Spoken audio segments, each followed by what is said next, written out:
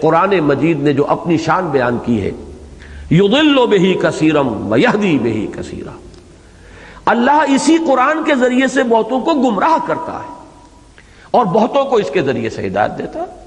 وما یضل بہ الا پھر بہی آ رہا ہے بار بار اس قرآن کے ذریعے سے،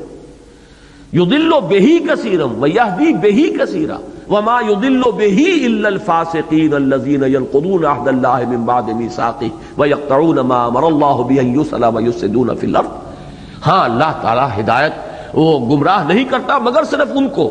جو پری کوالیفائی کیے ہوئے ہو کہ ان کے دلوں میں زیغ ہے، کجی ہے، اور وہ اللہ کے ساتھ عہد کیے ہوئے جو ہے انہیں توڑتے ہیں، یہ جن کے اندر صفات ہیں ان کو گمراہ کرتا ہے۔ تو قرآن مجید کے اندر بھی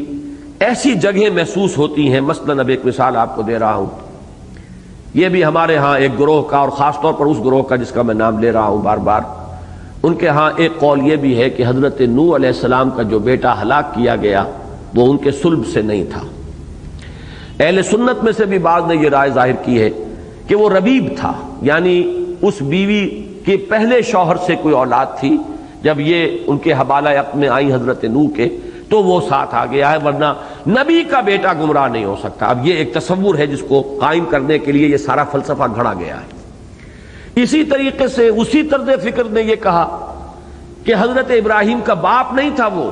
جو جہنمی ہے اور جو کافر تھا، بلکہ وہ تو چچا تھا، آزر چچا تھا، باپ نہیں تھا۔ قرآن مجید نے ایک مقام پر خاص طور پر آزر کا نام لے کر واضح کیا ہے کہ وہ چچا نہیں باپ تھا۔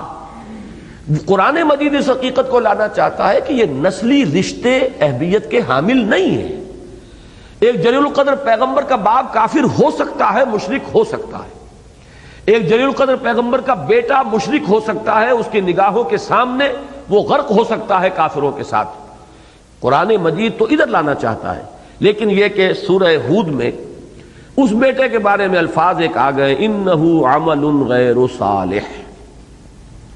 اب اس کا ترجمہ جو ہے صحیح وہ تو یہ ہے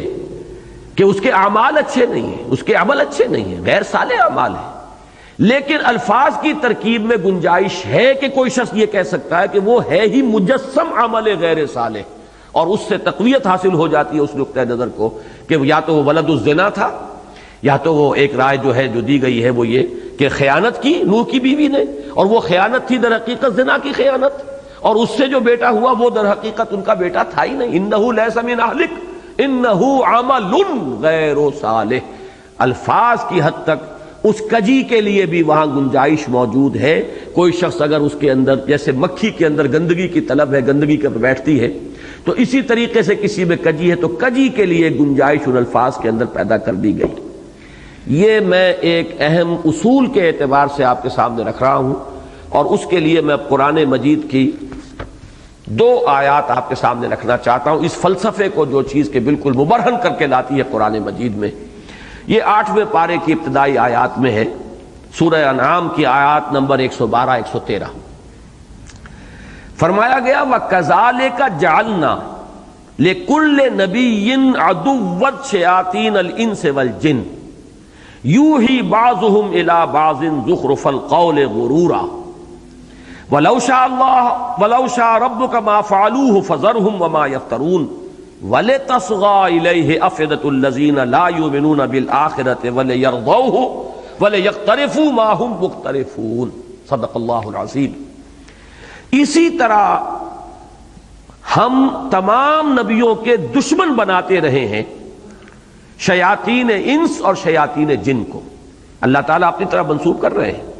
کہ ہر نبی ہر رسول کے لیے دشمن ہم نے کھڑے کیے، شیاطین انس اور شیاطین جن، انسانوں میں سے بھی اور جنات میں سے بھی۔ وہ ایک دوسرے کو بڑے ملمہ والے قول جو ہیں ایک دوسرے کو وحی کرتے رہتے ہیں، اور اگر تیرا رب چاہتا اے محمد صلی اللہ علیہ وسلم ما فعلو ہو تو وہ ہرگز یہ نہ کر سکتے۔ یعنی انبیاء کے لیے جو مخالف قوتیں میدان میں آتی ہیں یہ اللہ کے اذن کے بغیر تو نہیں ہے۔ ابو جہل یہ مخالفت نہیں کر سکتا تھا، ابو لہب یہ مخالفت نہیں کر سکتا تھا، ولید ابن مغیرہ یہ مخالفت نہیں کر سکتا تھا، اسی طریقے سے پتھراؤ نہیں ہو سکتا تھا طائف میں۔ یہ سب کچھ ہے اذن رب کے بغیر نہیں ہو رہا۔ وَلَوْ شَاءَ اللَّهُ وَلَا شَاءَ رَبُّكَ مَا فَعَلُوهُ، اگر تیرا رب چاہتا، اس کی قدرت ہے وہ ان سب کو روک دیتا، لیکن یہ حکمت ہے اللہ کی، اس لیے کہ جب تک وہ مقابلے میں قوت موجود نہ ہو وہ امتحانی فضا پیدا نہیں ہوتی۔ کیسے معلوم ہوگا کہ کس میں حق کی طلب ہے اور کس میں نہیں ہے، کس میں صبر کا مادہ ہے اور کس میں نہیں ہے، کس میں استقامت ہے اور کس میں نہیں ہے، کس کی فطرت جو ہے وہ کس درجے کج ہو چکی ہے اور کس کی فطرت جو ہے وہ کتنی اپنی اصل صلاحیت کے اوپر برقرار ہے۔ یہ ساری شفٹنگ، یہ ساری چھانٹی جو کرنی ہے، یہ چھانٹی جو ہے اس کے لیے لازم ہے کہ ایک امتحانی فضا برقرار رہے۔ اور امتحان کیسے ہوگا؟ اگر خیر ہی خیر ہو اور شر اس کو مقابلہ کرنے کے لیے میدان میں موجود نہ ہو۔ تو یہ جو کشمکش خیر و شر ہے یہ خود اللہ تعالیٰ کی اس حکمت تکوینی اور حکمت تخلیق کا ایک جز ہے۔ یہ اس لیے میں اگلی آیت میں آئے گی اصل بات، پہلے اس آیت کو اچھی طرح ذہن نشین کر لیں۔ وَكَذَلِكَ جَعَلْنَا لِكُلِّ نَبِيٍّ عَدُوًّا شَيَاطِينَ الْإِنسِ وَالْجِنِّ يُوحِي بَعْضُهُمْ إِلَىٰ بَعْضٍ زُخْرُفَ الْقَوْلِ غُرُورًا وَلَوْ شَاءَ رَبُّكَ مَا فَعَلُوهُ، اگر تیرا رب چاہتا تو وہ یہ نہ کر پاتے۔ فَذَرْهُمْ وَمَا يَفْتَرُونَ، تو چھوڑیے ان کو اور جو افترا بازی وہ کر رہے ہیں کرنے دیجئے۔ وَلِتَصْغَىٰ إِلَيْهِمْ، اب یہ لفظ صغب وہی آ گیا ہے جو اس سورہ مبارکہ میں آ چکا ہے، ان تتوبا الی اللہ فقد صغت قلوبکما، یہ وہی مادہ ہے، اسی سے یہ لفظ آیا۔ وَلِتَصْغَىٰ إِلَيْهِ أَفْئِدَةُ الَّذِينَ لَا يُؤْمِنُونَ بِالْآخِرَةِ، یہ سب کچھ ہم اس لیے کرتے ہیں تاکہ جو لوگ آخرت پر ایمان نہیں رکھتے ان کے دل ان کی طرف مائل ہو جائیں، ان کے اندر کی کجی اور خباثت ظاہر ہو۔ اگر یہ نہ ہو تو ان کی خباثت کیسے ظاہر ہوگی؟ اگر یہ کشمکش خیر و باطل، خیر و شر اور کشمکش حق و باطل نہ ہو تو نہ اہل ایمان میں سے کون کس درجے کا ہے، کس پائے کی استقامت ہے، کتنا اس میں صبر ہے، کتنی مثابرت ہے، نہ اس کا ظہور ہوگا، اور کس میں کتنا خبث جو ہے بھرا ہوا ہے، کس کے اندر کتنی گندگی ہے، کتنا بغض ہے، یہ بھی ظاہر نہیں ہوگا۔ تو یہ تو ہم نے اسی لیے چھوٹ دی ہے، کھلی دی ہے، بلکہ ہم خود کھڑا کر دیتے ہیں جنوں اور انسانوں میں سے دشمنی کرنے والوں کو، تاکہ دودھ کا دودھ پانی کا پانی علیحدہ ہو جائے۔ جیسے میگنیٹ ہوتا ہے، وہ میگنیٹ آپ نے رکھا تو وہ لوہ چون جو ہے وہ سارا اس کی طرف کھینچ آیا۔ تو یہ ہم نے اس لیے کیا ہے کہ جن کے دلوں میں زیغ ہے، جن کے دلوں میں کجی ہے، جن کے دلوں میں آخرت کا یقین نہیں ہے، وہ ادھر مائل ہوتے چلے جائیں، وہ یکجا ہو جائیں، وہ ادھر سمٹ جائیں، وہ ایک گروہ کی شکل میں نمایاں ہو جائیں۔ وَلِتَصْغَىٰ إِلَيْهِ أَفْئِدَةُ الَّذِينَ لَا يُؤْمِنُونَ بِالْآخِرَةِ وَلِيَرْضَوْهُ وَلِيَقْتَرِفُوا مَا هُمْ مُقْتَرِفُونَ، اور تاکہ وہ اس پر مطمئن ہو جائیں، راضی ہو جائیں، پھر جو کمائی انہیں کرنی ہے کریں، جو خباثتیں انہیں کمانی ہے کمائیں، جو بھی برائیاں انہیں اپنے نامہ اعمال میں درج کرانی ہے کرائیں۔ یہ ہے وہ حکمت تبلیغ،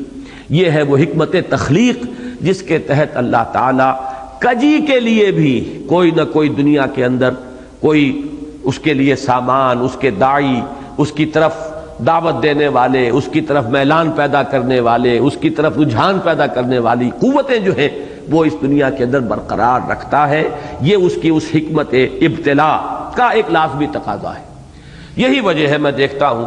کہ اس طرح کے معاملات میں اب وہاں جو الفاظ آئے انہ عمل غیر صالح، اس کے اندر ایک امکان پیدا ہوگا جس کے دل میں کجی ہے۔ یہ جو ہمارے ہاں ایک خاص مکتبہ فکر ہے صحابہ کرام ازواج مطہرات کو متہم کرنے کے لیے، اور پھر خاص طور پر یہ کہ والد یا والدہ یا دادا دادی یہ نہیں ہو سکتے کوئی کافر اور مشرک، اس لیے کہ ابو طالب کو تو انہیں ابو الائمہ بنانا ہے، کیسے مان لیں کہ وہ مومن نہیں ہوئے؟ وہ تو ابو الائمہ ہیں، اماموں کے باپ، اماموں کے جد امجد، لہذا انہیں یہ سارا جو ہے فلسفہ گھڑنا پڑا ہے اپنے اعتقادات کے لیے، ان کے ثبوت کے لیے، اور اس کے لیے انہوں نے ان مختلف مقامات کے اوپر جو بھی لفظی گنجائشیں ہیں ان سے فائدہ اٹھایا۔